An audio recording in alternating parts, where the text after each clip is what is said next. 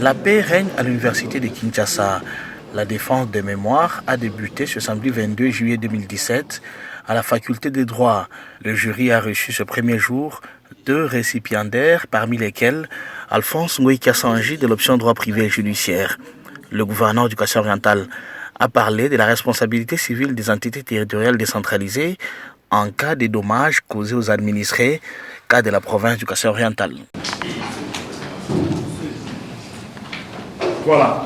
Monsieur Ngoï-Kassanji Alphonse, vous avez travaillé sous la direction du professeur Lutumba Prince sur le sujet que voici.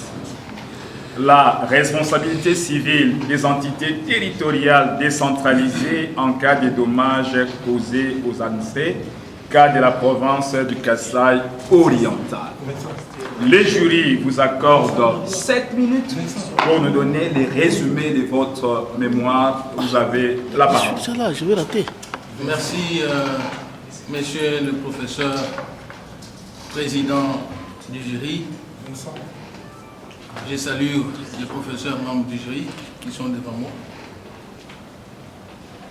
Notre travail de fin de cycle de licence de l'université de Kinshasa a pour thème la responsabilité civile des entités territoriales centralisées en cas de dommages causés aux administrés, cas de la province du Kassai oriental.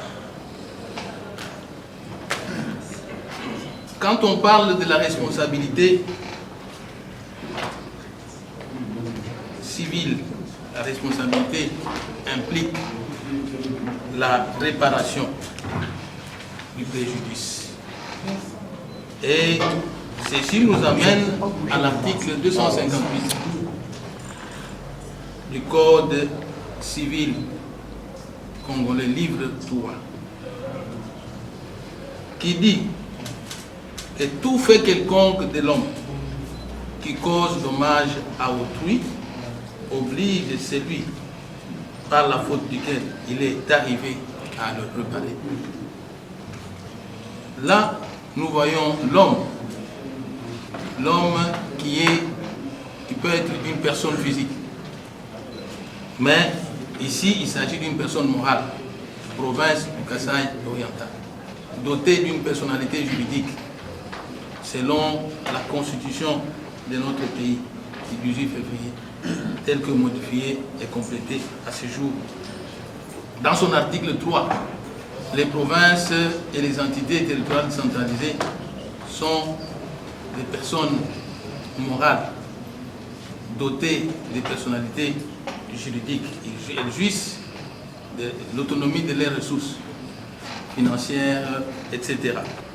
Province du Kassai oriental. Ceci nous amène à l'article 260 du même Code civil congolais, livre 3, qui dit ceci: les maîtres et commettants soient responsables des dommages causés par leurs domestiques et préposés dans les fonctions auxquelles ils sont employés. Ici,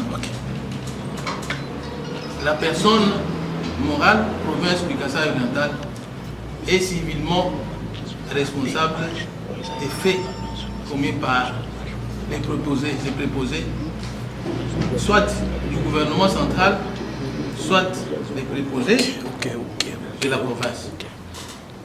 Et c'est lui qui est civilement responsable devant les cours et tribunaux, qui représente le pouvoir central et les provinces, se présente être le gouverneur des provinces.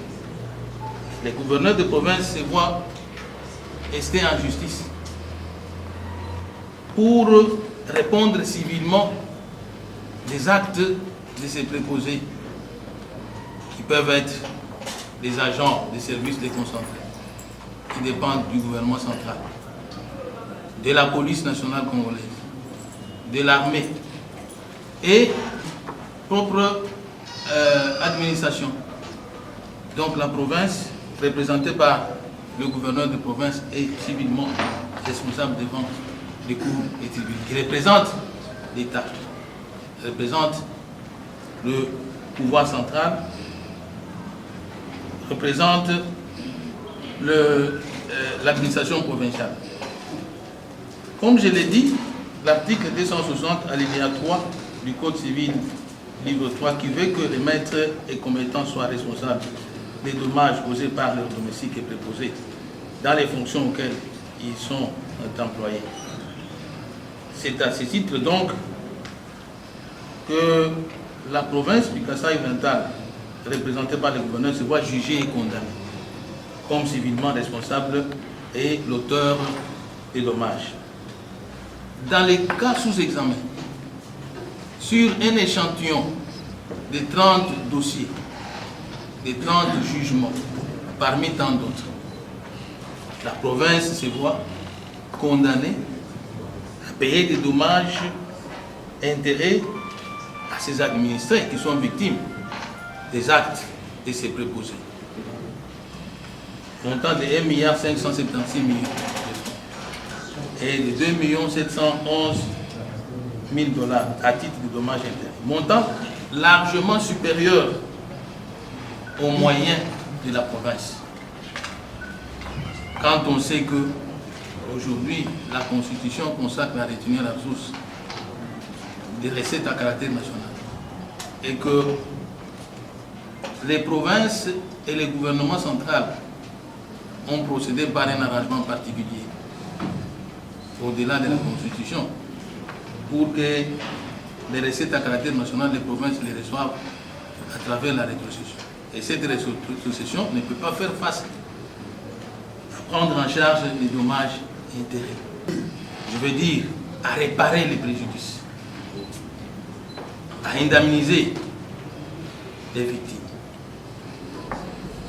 Voilà qui m'amène à proposer ce qui fait l'objet de ma conclusion. J'ai traité au cours de ce travail 2 volets, 2 chapitres. Il y a la responsabilité administrative de la province et la responsabilité civile. Donc, par les préposés de la province, les actes qu'ils commettent, la province est aussi administrativement responsable et répond devant les cours et tribunaux et paye des dommages et intérêts pour les actes qu'elle a posés en termes administratifs. Et sur le plan de la responsabilité civile, donc la province est civilement responsable et représentée par le gouverneur de province, condamné plusieurs fois. Alors, si on n'a pas une solution, ni sur le plan des ressources propres, ni sur le plan des recettes à caractère national, si on n'a pas une solution pour indemniser les victimes, cela voudrait dire des articles 258, 259, 260, 62, chers à mon professeur Lutumba, ne serait que lettre morte. Quelle est la solution à cette difficulté? Je propose qu'il soit mis à la disposition des provinces, du gouverneur des provinces, qui représente civilement la République et la province, qu'il soit mis à sa disposition un fonds spécial d'indemnisation, un cycle FSI, un fonds spécial d'indemnisation. Ce fonds sera mis à la disposition du gouverneur de province pour indemniser les victimes des actes et préposés de l'administration centrale et de l'administration provinciale. Voilà la conclusion de notre travail scientifique que nous mettons à la disposition de notre université pour d'éventuelles recherches ou innovations, parce que ces victimes, si elles ne sont pas indemnisées, eh bien, l'autorité provinciale que je suis, j'aurai la méfiance de mes administrés. Et également, les cours et tribunaux qui rendent les sentences seront définis par les victimes. Donc, à quoi maintenant je suis en train d'y aller, je serai aussi avocat. Là, c'est dans le projet. Dans le projet. Oui, on a compris. Alors, Voilà l'essentiel de notre travail. Voilà, on voulait dire à vous, notamment, vous évidemment devenir avocat, vous serez bienvenue. Voilà, merci beaucoup, M. Ngoï Kansaj Alphonse, pour votre exposé. Vous savez, j'ai noté que vous mettez vos recherches à la disposition de l'université pour exploitation, mais en attendant, vous mettez à la disposition du jury pour les questions. Vous avez remarqué. Voilà, je vais pouvoir passer d'abord la parole au plus jeune d'entre nous, dans le monde scientifique, au professeur Anthony Waba. Après, ça sera mon tour. Et à la fin, interviendra votre directeur. Le collègue Anthony, vous avez la parole. Merci, Président, pour la parole. J'ai suivi avec intérêt les résultats des recherches du récipiendaire qui est devant nous. Je voudrais d'abord commencer par le féliciter pour l'effort et le courage, parce que tout à l'heure je vais y revenir. Nous les recevons ici comme récipiendaires, encore étudiants en licence, mais pas comme gouverneurs. Je comprends que c'est une question qui vous préoccupe aussi dans vos fonctions. Voilà pourquoi à un moment donné, vous ne savez pas faire la part des choses. Je vous comprends. Et c'est bien parce que vous n'êtes pas nombreux. Beaucoup ne le font pas et je crois qu'ils ne le feront même pas. Alors, je vous félicite pour l'effort et le courage parce que malgré vous-même vous êtes livré, vos multiples occupations, vous avez quand même accepté de venir encore aplanir, enrichir vos connaissances. Et en droit, vous n'êtes pas trompé d'adresse pour aller en communication, en lettres ou en maths physique. Mais vous avez frappé à la bonne porte.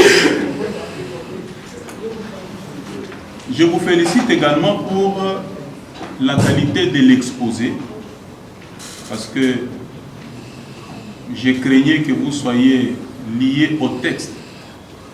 Je me représente un peu vos responsabilités, mais vous m'avez surpris agréablement également, parce que vous avez exposé à l'aise comme effectivement un futur avocat.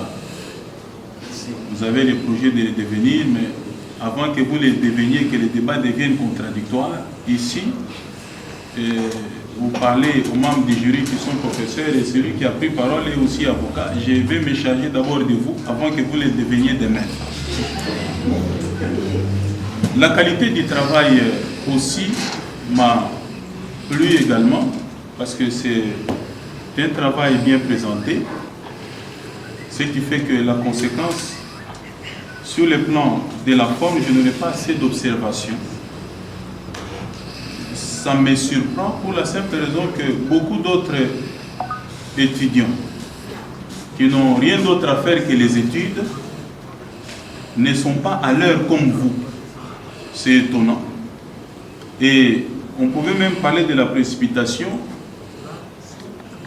si le travail était mal présenté. Mais ici, j'avoue, je l'ai dit, beaucoup d'étudiants, on a dit ici les jeunes professeurs, mais je suis beaucoup redouté depuis un moment.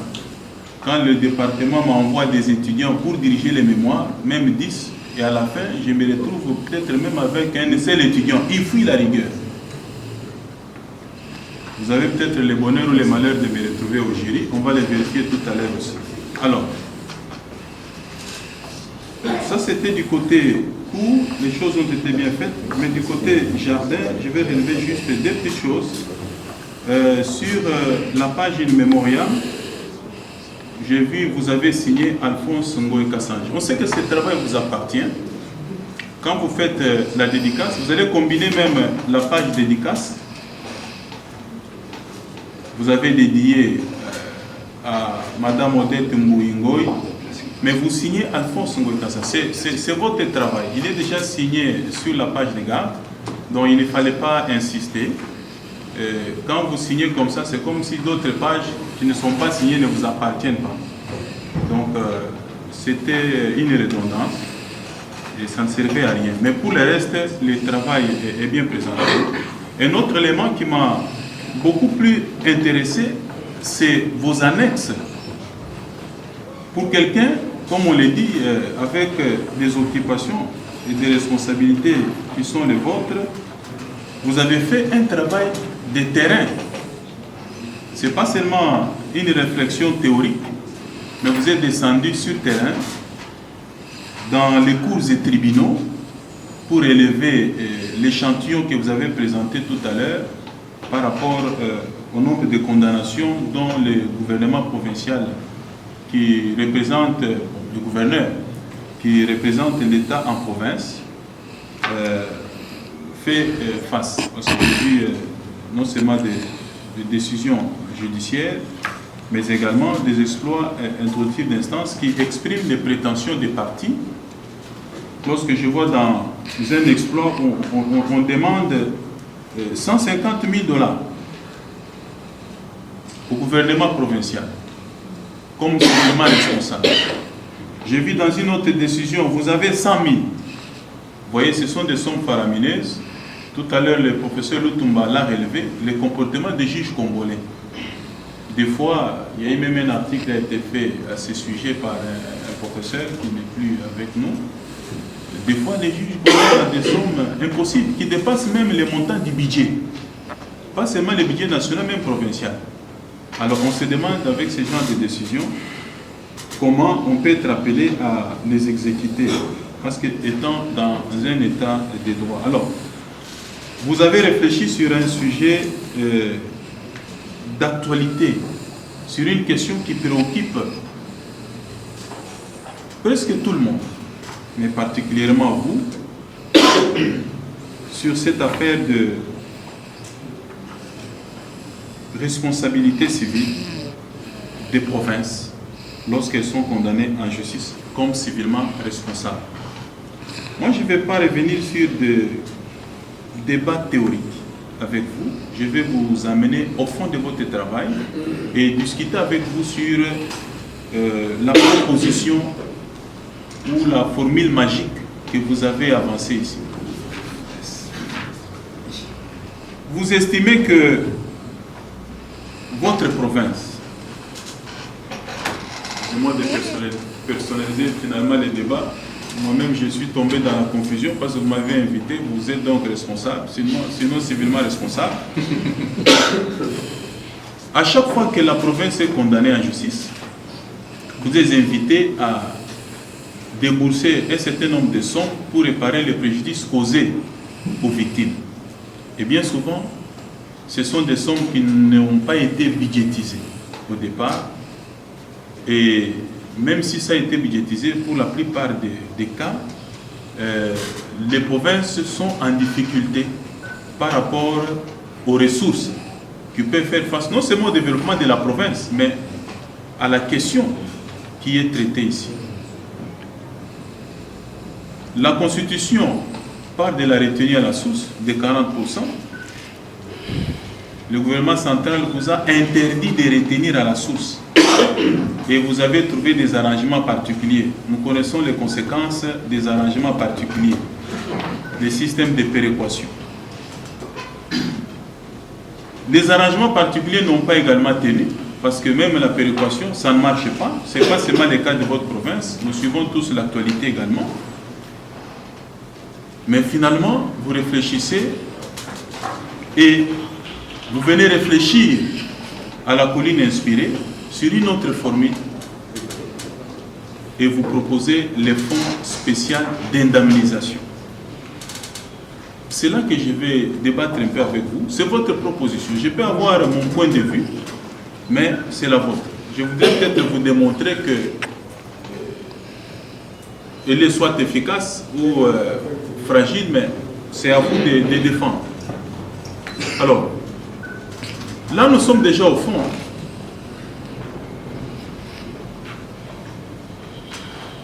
Pensez-vous que le fonds spécial d'indemnisation, sinon la formule que vous proposez des fonds spéciaux d'indemnisation, réussira là où la retenue à la source et le système les caisses de péréquation n'ont pas réussi. Quelles sont les chances de réussite de cette proposition? Et même les fonds lui-même, il viendrait d'où? D'où viendrait l'argent qui viendrait, n'est-ce pas, remplir ces fonds pour vous aider à indemniser les éventuelles victimes en cas de condamnation de la province comme civilement responsable? Je souhaiterais me limiter là et avoir d'abord votre réaction et je verrai s'il faut rebondir encore une fois avec une sous-question. Mais seulement, je peux même en profiter parce que je cours le risque que le président ne m'accorde plus la parole pour la deuxième fois. Donc j'en profite.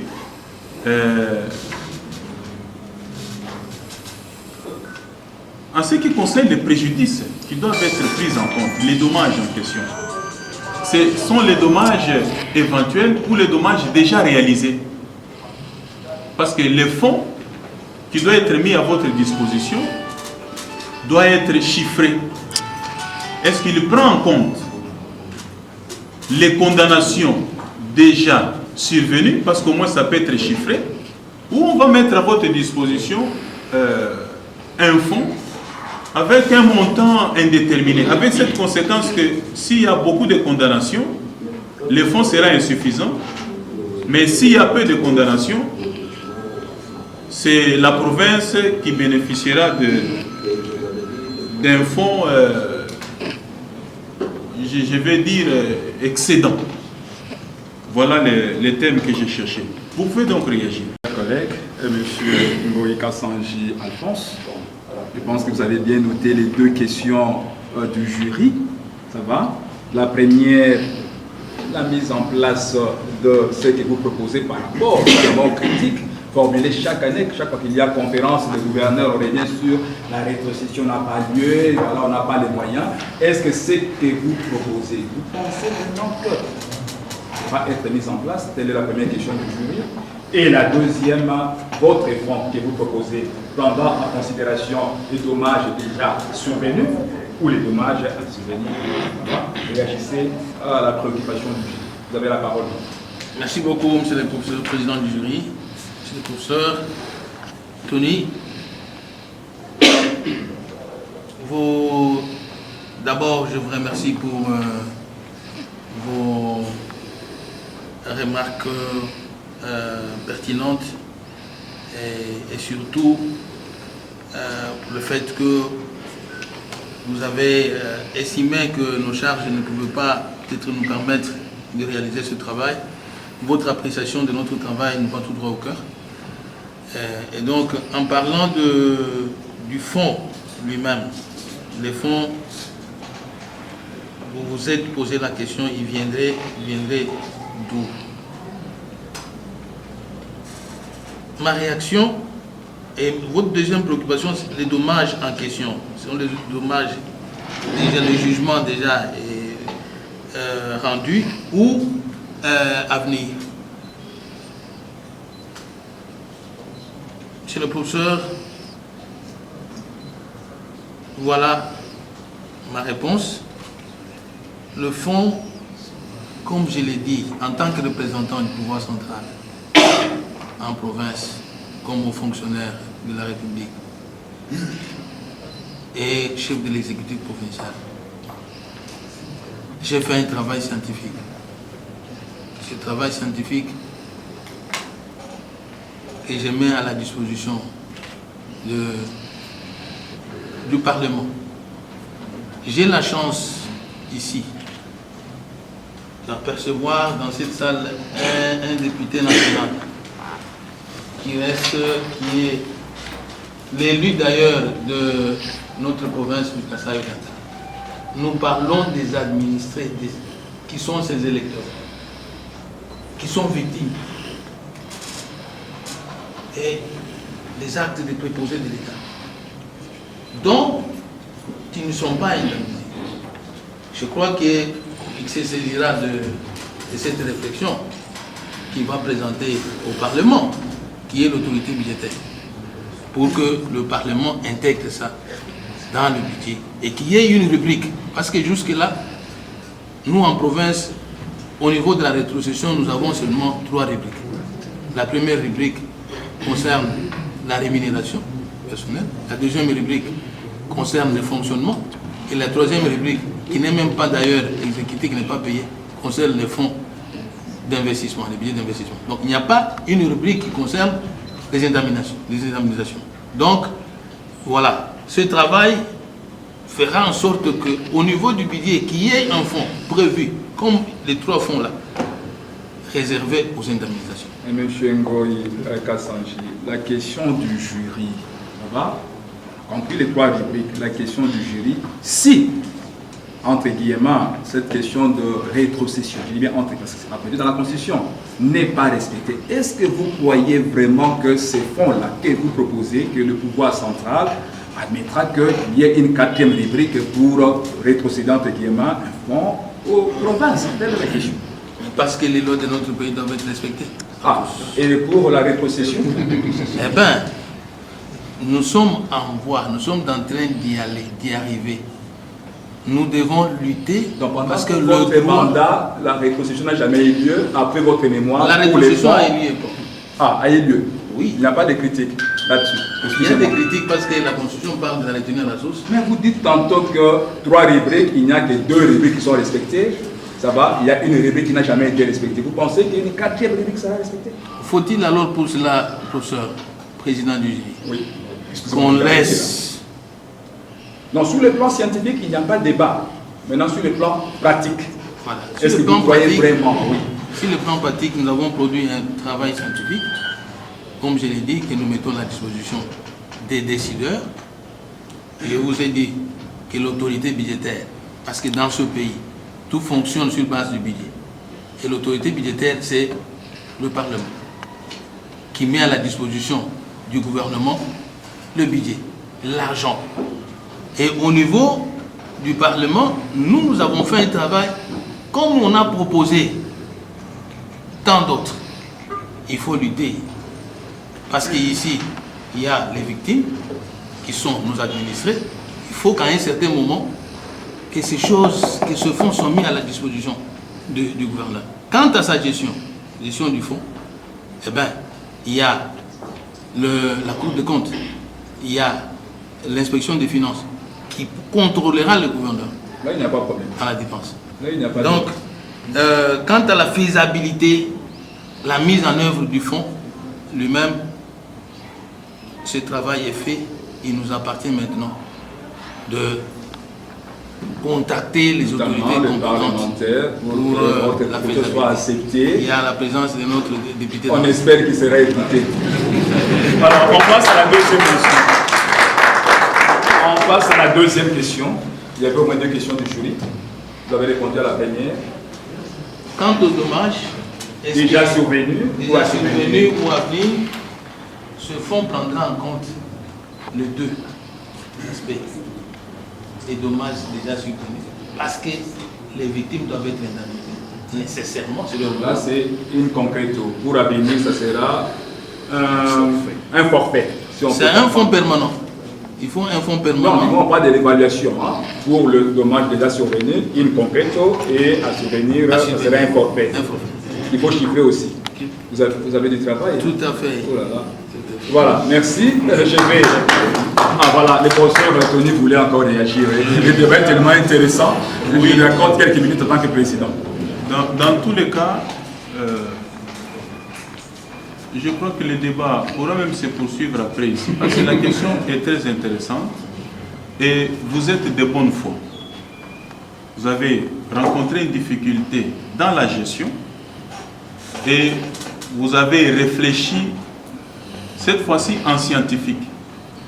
Et malheureusement, vous êtes venu les dénoncer devant les jurys, devant l'université, qui n'est pas le Parlement ou l'autorité budgétaire qui est finalement appelé à prévoir ces fonds-là.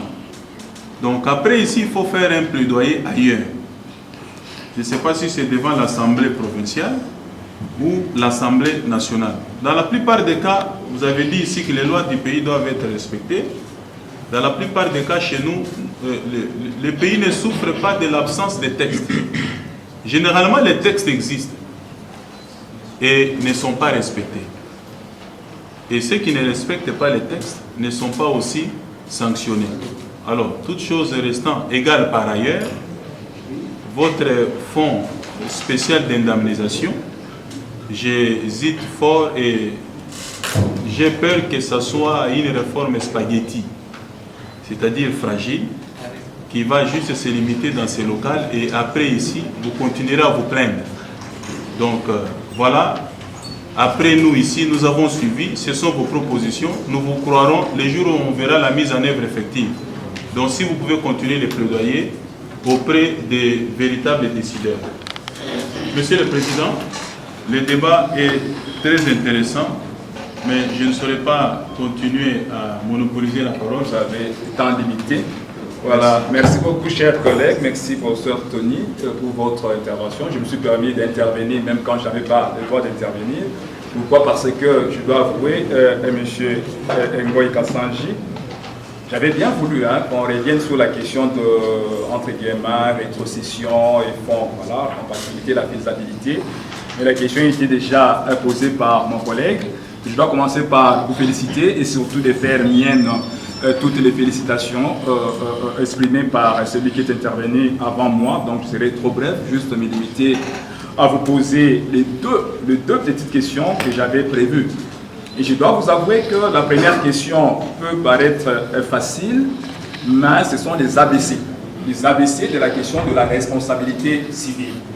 Personnellement, je vais vous apprécier, non pas, je dis pour le thème, vous avez travaillé sur un sujet qui est pour vous une question pratique. En même temps, vous avez été formé à la faculté du droit. Et quand vous avez exposé, vous avez cité votre directeur. Je sais pourquoi vous l'avez cité, non pas parce qu'il est directeur, mais parce que c'est lui qui enseigne dans cette faculté les cours des éducations. Je vais commencer par une toute petite question. Un peu du genre que le collègue Tony a posé à celle qui nous a précédé. C'était pour voir si, parce qu'il travaille sur les régimes matrimoniaux, s'il a maîtrisé la question. Et à vous, M. Ngoyi Kassanji, question simple. Je sais que dans la salle, il y a les étudiants de G3. Si vous répondez mal, moi je ne poserai plus de questions et je vais vous côté très mal. Pas mal, mais très mal. Responsabilité civile. Quelles sont les conditions? Je pense que le professeur Lutumba doit être mal à l'aise. Parce que s'il ne répond pas bien, alors c'est moi qui n'ai pas bien encadré M. Ngoyi. Quelles sont les conditions de l'existence de la responsabilité civile en droit, pour ne pas dire en droit congolais? Question très simple. Question pour un champion. Voilà. Et la deuxième, là c'est une question subjective. Je dois vous avouer que ma question prévue c'était sur ce débat qu'on a eu tout à l'heure. Ça va? Malheureusement, le professeur Tony, c'est comme s'il était inspiré, il m'a arraché la question que j'avais prévue. Moi alors la question simple, M. Ngoyi Kassanji. Est-ce que vous pensez défendre vos points de vue d'Ama si, tout hasard, vous étiez nommé Premier ministre? Parce que vous avez parlé toujours, voilà, en tant que représentant du pouvoir central, numéro 1 de la province. Maintenant, je change de question. Maintenant, vous êtes Premier ministre. Est-ce que vous pensez défendre votre thèse, votre proposition? C'est une question subjective, mais je voulais voir. Ngoyi Kassanji, étudiant gouverneur, Ngoyi Kassanji, étudiant Premier ministre. Voilà, vous avez la parole.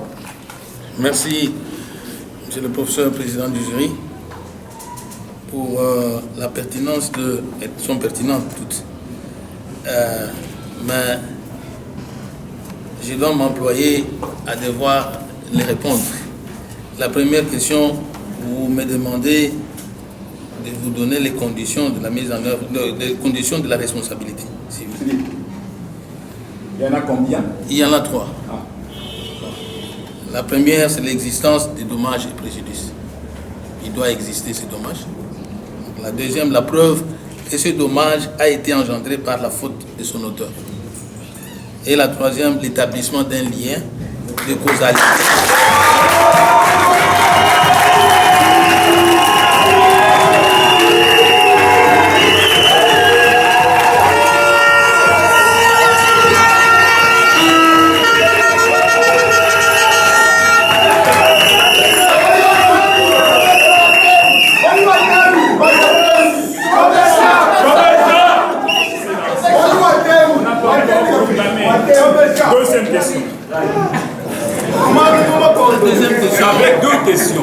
La deuxième. La deuxième.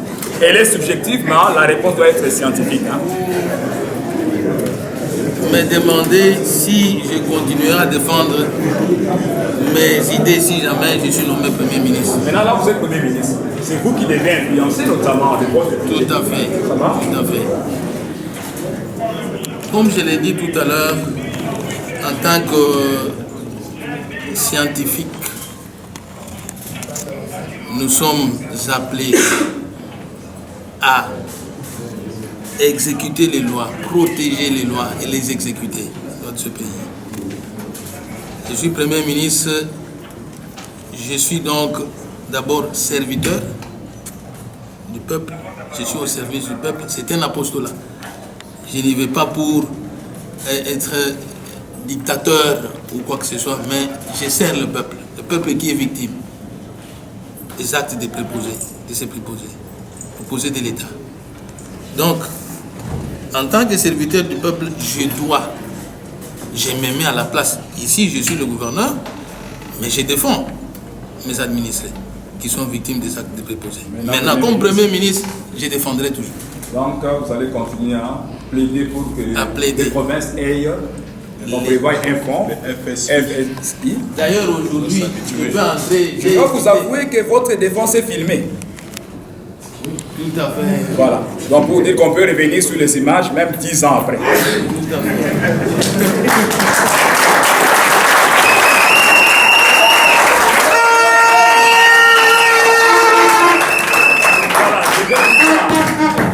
Passer maintenant la parole au directeur de votre mémoire, le professeur, mon collègue et ami, professeur Lutumba Lutumba Prince. Chers collègues, vous avez la parole. Merci pour la parole que vous me donnez. Messieurs les récipiendaires, je dois avouer que vous m'avez enlevé la charge, hein, et que je ne sais pas si pour avoir des étudiants valables dans cette faculté, il faut prendre les hauts fonctionnaires de l'État pour entendre des choses qui soient proches de ce que nous enseignons. Et je dois dire toute ma satisfaction pour cette prestation que vous venez de faire. Ce n'est pas chaque jour qu'on a des défenses de mémoire de cette espèce. Et je vous avoue qu'après, là, on va commencer à entendre des récitations. Pas de défense de mémoire, des récitations. Dans cette même salle. Ceux qui prennent tout leur temps pour apprendre le droit, ils viendront avec des récitations. Pas de défense de mémoire. Mais aujourd'hui, vous venez de mentir tous les pronostics, tous les prophètes de malheur. Je crois qu'ils ont vécu le contraire. Et ça, il faut le dire, ça, il faut que la presse le prenne. Parce que nous ne perdons pas notre temps. Il faut que nous formions des cadres capables d'agir, de transformer notre société. Et pendant que vous défendez ici, j'ai en face de moi la photo de mon maître. Moi, je le regarde. Vous pouvez vous retourner et le regarder aussi. C'est lui-là le père de ce que vous dites aujourd'hui. Alors, pour ça, il faut vous encourager et vous accompagner dans vos ambitions. Hein. Vous vous projetez déjà, vous dites, je serai avocat. Bon, voilà au moins quelqu'un qui sait ce qu'il va faire après les études. Mais la plupart de ceux qui me regardent ici, et je leur dis ça tous les jours, ils ne savent ni pourquoi ils sont venus à l'université, ni pourquoi ils se sont inscrits à la faculté de droit, ni ce qu'ils feront demain. C'est mon discours. Hein. On ne contredit pas les juristes. c'est vous inviter à l'excellence. Nous sommes de l'école De l'excellence. de l'excellence. C'est ça notre école. Et donc, vous êtes invités à être nombreux dans cette école.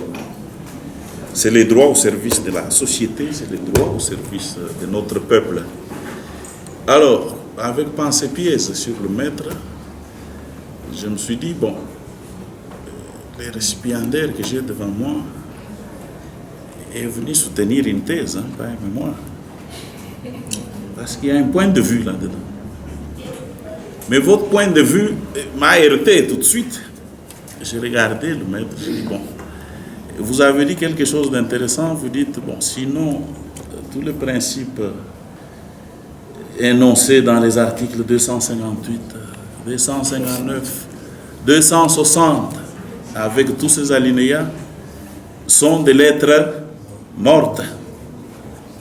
Et donc, nous avons perdu le temps en enseignant la responsabilité civile, parce que l'aboutissement de tous ces principes, c'est sur le terrain qu'il y ait véritablement indemnisation. Sinon, 258 n'a pas sa raison d'être. 259, 260. Et je me suis remis en question. J'ai dit, bon, le principe, certes, sont celui-là. Tout fait quelconque de l'homme qui cause dommage à autrui oblige celui par la faute duquel il est arrivé à le réparer.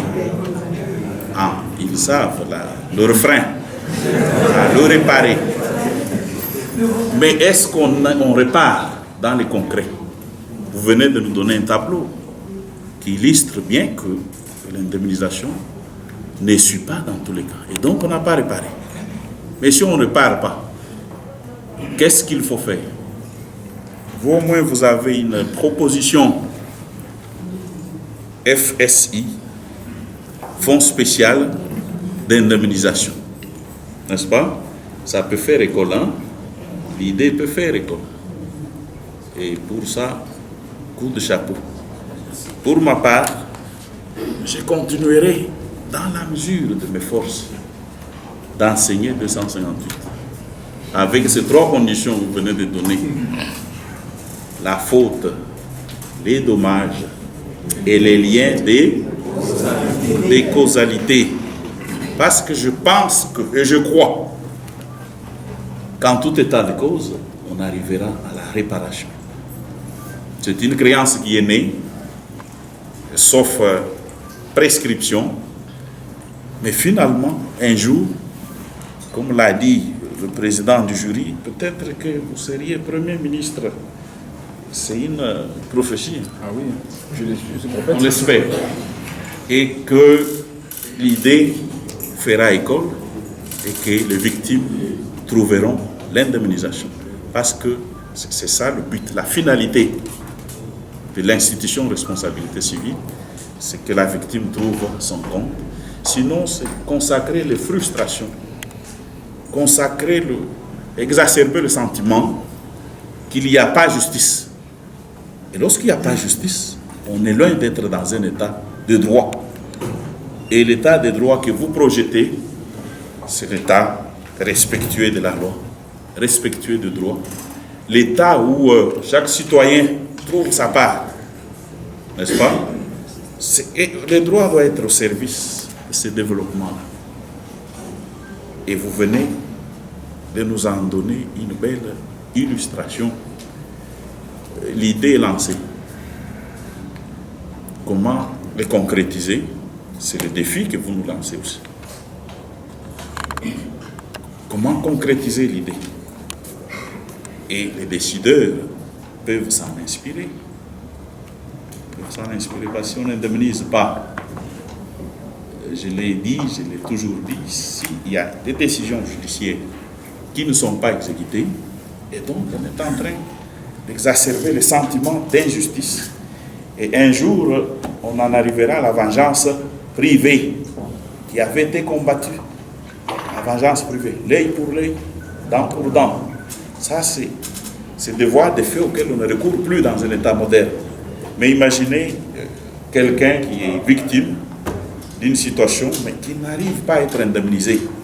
Un jour, il va se dire, bon, je m'en fous de votre justice, votre ambition de devenir avocat. Bon, moi j'ai déjà dit, je l'ai dit, est-ce qu'il faut continuer à être avocat dans ce pays? Je me pose des questions par rapport à une longue expérience que j'ai eue dans le domaine judiciaire. J'étais avocat, moi, pendant que je fus étudiant. Ceux qui le savent, le savent. Et quand j'ai fini les études, j'ai continué à être avocat. Mais après plus de 20 ans d'exercice, je suis arrivé à la conclusion que le droit n'a pas répondu aux attentes de notre population. Et c'est un cas que vous donnez. Jugé, condamné, mais pas d'indemnisation, il n'y a pas de fonds. Mais pourquoi nous avons des cours et tribunaux?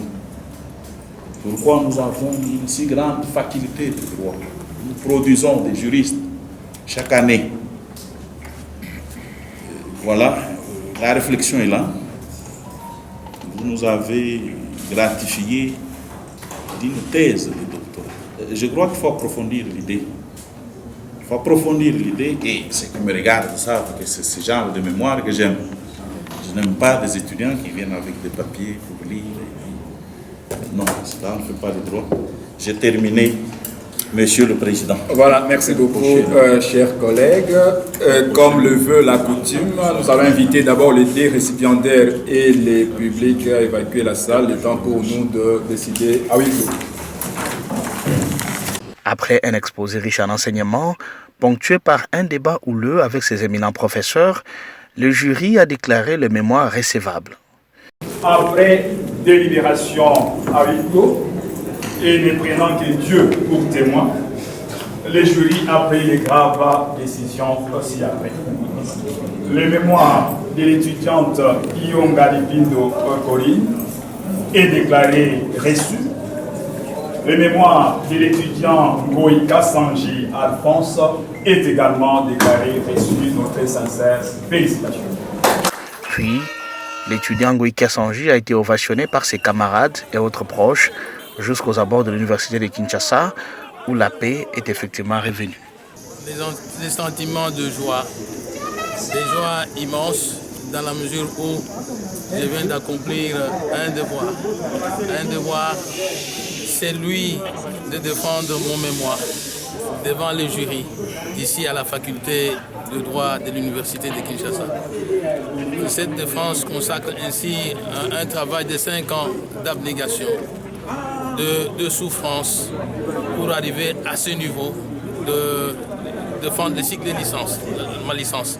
Donc je suis tout joyeux, je tiens donc à remercier toute ma famille qui m'y a accompagné, tous les amis et connaissances, mes collègues de l'université, collègues de promotion.